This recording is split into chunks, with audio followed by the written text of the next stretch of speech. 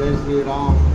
आपदामपहत्तारं दातारं सर्वसम्पदां लोकाभिरामं श्रीरामं यो नमाम्यहं। जय శ్రీమన్నారాయణ। హిందువులారా, ఈరోజు ఏకాదశి, శయన ఏకాదశి, స్వామివారు నిద్రలోనికి వెళ్ళిపోతుంటారు. కావున ఈరోజు ఏకాదశి రోజున వేరే కానీ విష్ణు సహస్రనామాలు పఠిస్తే సకల పాపాలు నిలుపుకుంటారు.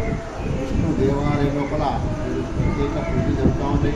స్వామివారికి అభిషేకాలు, అర్చనలు మరియు స్వామివారికి నిత్యారాధన కార్యక్రమాల లోపల విశిష్టమైన పుణ్యం ఉంటుంది. ఈరోజు శ్రీమన్నారాయణకు నమస్కరిస్తూ ఓం నమో నారాయణాయ నమః, ఓం నమో నారాయణాయ నమః, ఓం నమో నారాయణాయ నమస్కరించడం చూపిస్తే సకల పాపాలు దొరుకుతాయి. ఆ శ్రీమన్నారాయణ కృపాకరుషులు అందరూ పొందుతారు. అలాగే విష్ణు సహస్రనామ చదువుకోవాలి. అలాగే శ్రీరామ రామ రామే ప్రణే రామే మనోరమే సహస్రనామ తత్వం రామనామవరాణమే శ్రీరామనామవరాణి ఓం నమైతి. ఈ మంత్రాన్ని రోజు మూడుసార్లు కానీ ఆ విష్ణు సహస్రనామ చదువుకుంటారు. ఈరోజు శయన ఏకాదశి సందర్భంగా అందరూ ప్రభుత్వాన్ని ఆలోచిస్తారు. పాపను నిద్రపోతుంటారు. ఈరోజు పరిపాలనలో శ్రీరామాలయం లోపల ప్రత్యేక పూజలు ఉన్నాయి, అర్చనలు, స్వామివారికి ఆరాధనలు, మంచి తులసిదళాలతో కూడా పూజలు.